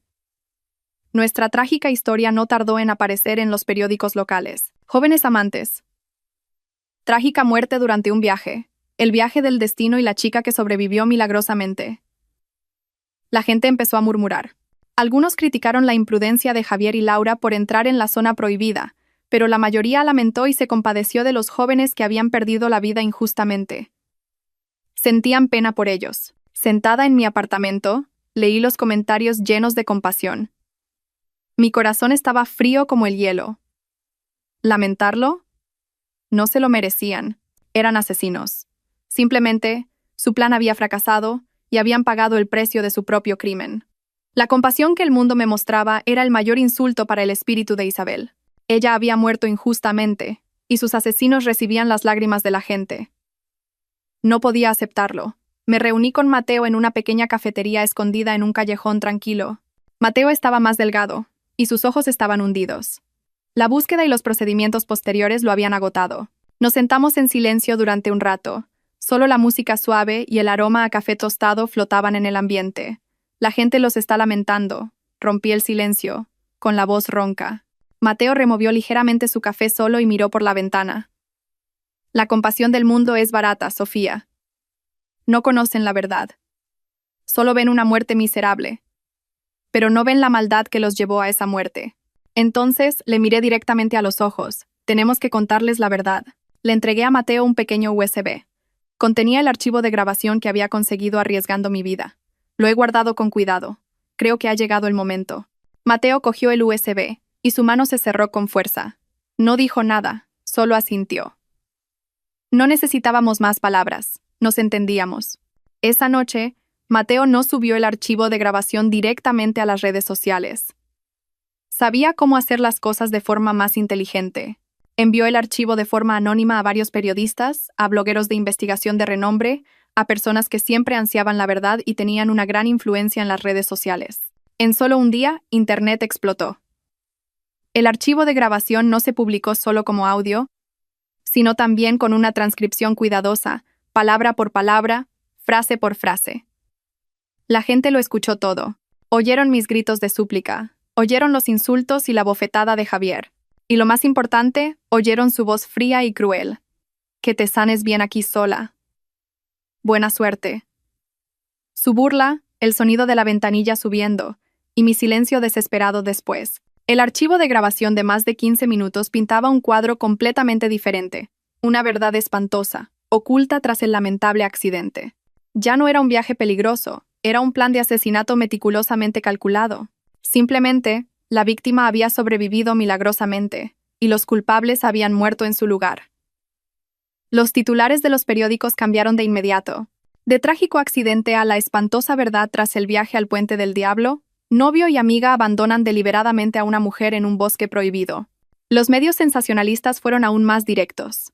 Se filtra la grabación de la pareja malvada que fracasó en su plan de asesinar a la novia y robar su fortuna. La indignación pública ardió con furia. Miles, decenas de miles de comentarios inundaron cada artículo y publicación. La gente ya no lamentaba a Javier y a Laura. Los llamaban demonios, bestias con piel humana. Mateo me dijo que se pasó toda la noche leyendo los comentarios. No puedo creerlo. ¿Cómo puede haber gente tan cruel y malvada en el mundo? Resulta que esa chica, Sofía, era la verdadera víctima. ¿Qué habrá pasado? Herida y abandonada en el bosque, teniendo que enfrentarse sola a las bestias salvajes. Solo de imaginarlo es horrible. Al oírla llorar y suplicar en la grabación, no pude evitar llorar. ¿Ese novio? ¿Se rió? Es un demonio. ¿Atacado por jabalíes? No fue un accidente, fue el karma. Quien siembra vientos, recoge tempestades. El cielo tiene ojos. Los comentarios de extraños, su indignación, fueron inesperadamente un bálsamo para las heridas de mi corazón. La justicia que buscaba finalmente había llegado, no en un tribunal, sino en el tribunal de la conciencia social. Pero Mateo no se detuvo ahí. Cuando la indignación pública alcanzó su punto álgido, decidió dar el golpe de gracia final. Era el video de la cámara del salpicadero de su todoterreno. Tal como había prometido, nos había seguido en secreto, manteniendo una distancia de seguridad. Su cámara no pudo grabar toda la pelea dentro del coche, pero captó el momento más importante. El video, con mi cara cuidadosamente pixelada, se publicó de forma anónima en Internet. En él se veía claramente cómo la camioneta se detenía. La puerta del conductor se abría y Javier bajaba y caminaba. Me sacaba bruscamente del coche y me tiraba al suelo. El video también mostraba cómo tiraba mi mochila y cómo yo me arrastraba desesperadamente para agarrarle la pierna. Lo más claro era cómo me apartaba fríamente y subía al coche, y la sonrisa burlona de Laura a través de la ventanilla antes de abandonarme en el suelo. Este video, combinado con el archivo de grabación, se convirtió en una prueba irrefutable, cerrando la puerta a toda duda. Ya nadie podía defender a Javier y a Laura. Estaban muertos, pero su muerte no les trajo la paz, sino el desprecio eterno del mundo. Según oí, las familias de Javier y Laura tuvieron que cargar con todo. Los padres de Javier, que siempre habían estado orgullosos de su hijo inteligente, ahora no se atrevían a salir de casa. Eran señalados por los vecinos, maldecidos por el mundo como la casa de los hijos del diablo. Los padres de Laura también sufrieron. No podían creer que su hija buena y dulce pudiera hacer algo tan terrible. La policía también reabrió la investigación tras la publicación de las pruebas, pero la conclusión final no cambió. La causa de la muerte fue el ataque de animales salvajes, solo que esta vez, en el expediente del caso se añadió el detalle: la víctima falleció mientras intentaba huir de la escena después de llevar a cabo un acto con la intención de dañar deliberadamente a otra persona. Pero todo se calmó pronto. Los nombres de Javier, Laura, Sofía, el Puente del Diablo, fueron desapareciendo gradualmente de los periódicos, reemplazados por otras noticias de actualidad. La opinión pública era como una inundación. Llegaba rápido y se iba rápido. Lo que me quedó fue un enorme vacío en el alma. La tormenta había pasado, pero se había llevado todo, lo bueno y lo malo, el amor y el odio. Empecé a reorganizar mi vida. Vendí el lujoso apartamento que, aunque falso, estaba lleno de recuerdos con Javier. Ya no podía respirar en ese ambiente. Cada rincón, cada objeto, parecía recordarme el cruel engaño. También presenté mi dimisión en la empresa. Ya no podía trabajar en un lugar donde había tenido que llevar una máscara durante más de un año, actuando con la misma amiga que me había traicionado. Necesitaba un nuevo comienzo, una ruptura total con el pasado. Mateo vino a verme. Me miró con preocupación. ¿Qué vas a hacer ahora? Negué con la cabeza, mirando al vago horizonte. No lo sé, Mateo. Solo estoy muy cansada. La verdad es que la venganza era algo extraño. La gente la persigue, pensando que al alcanzar su objetivo sentirá satisfacción y paz. Pero cuando todo terminó de verdad, cuando el enemigo pagó por sus pecados, no sentí ninguna alegría, solo vacío. La llama del odio que me había mantenido viva durante los últimos 2 años se había extinguido. Ahora no sabía a qué aferrarme. Me di cuenta de que este plan de venganza no era solo para obtener justicia para Isabel, sino también para mí misma, para la Sofía ingenua y confiada que ellos habían matado. Decidí irme de la ciudad por un tiempo. Necesitaba irme, respirar otro aire. Hice la maleta. Solo unas pocas prendas sencillas. Vendí todos los artículos de lujo que había usado para estimular su codicia. Ahora solo me daban asco. Fui a la estación de tren y compré un billete de ida a un pueblo costero desconocido. Un lugar donde nunca había estado, donde nadie me conocía. Antes de irme, me corté el pelo largo que Javier decía que era bonito. Me miré en el espejo. Una chica con un corte de pelo corto y con personalidad. La mirada estaba un poco cansada, pero mucho más serena. Mateo vino a despedirme. Estuvimos juntos en silencio en el andén abarrotado. Sonó la bocina del tren, anunciando la inminente salida. ¿Cuándo volverás?, preguntó Mateo con la voz un poco quebrada. No lo sé. Cuando sienta que estoy lista para empezar de nuevo, entonces volveré. Cuídate mucho, Mateo, y cuida de Isabel por mí. Lo haré. Me acarició suavemente el pelo, como siempre hacía Isabel. Isabel estaría orgullosa de ti. Pero ella querría que fueras feliz, Sofía. No dejes que el odio entierre el resto de tu vida. Asentí e intenté sonreír. Lo sé. Lo intentaré, Mateo. Subí al tren. Las puertas se cerraron lentamente, separándome de la ciudad llena de recuerdos dolorosos. El tren empezó a moverse lentamente, pasando por paisajes familiares. Observé cómo todo se alejaba hasta convertirse en una mancha borrosa. Había atravesado el infierno, y ahora estaba volviendo. No sabía a dónde me llevaría el camino, pero al menos había dado el primer paso. En el vagón, empecé a oler el salitre del mar. Un nuevo comienzo no parecía tan malo. Un año después, volví. La ciudad seguía igual, ruidosa, vibrante y ajetreada. El tráfico seguía siendo un caos en hora punta, y los rascacielos seguían apuntando al cielo, pero yo había cambiado. Un año en el pueblo costero, escuchando las olas todos los días, respirando el aire salado cada día, había limpiado muchas cosas. La ira, el odio y el vacío dentro de mí parecían haberse ido con el mar, dejándome un alma extrañamente serena. Volví sin una gran razón, simplemente porque sentí que era el momento. Lo primero que hice fue comprar un ramo de lirios blancos. Eran las flores favoritas de Isabel.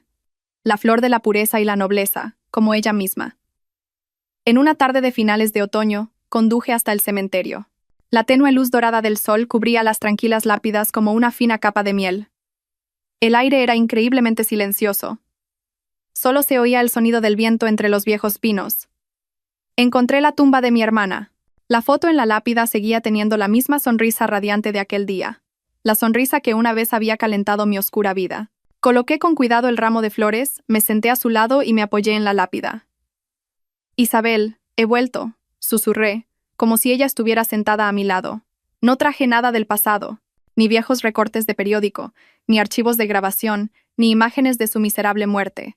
No quería que su oscuridad ensuciara el tranquilo descanso de mi hermana. «Todo ha terminado, hermana», dije con voz ligera. No dije me he vengado, solo dije todo ha terminado. Porque para mí, ya no era una venganza.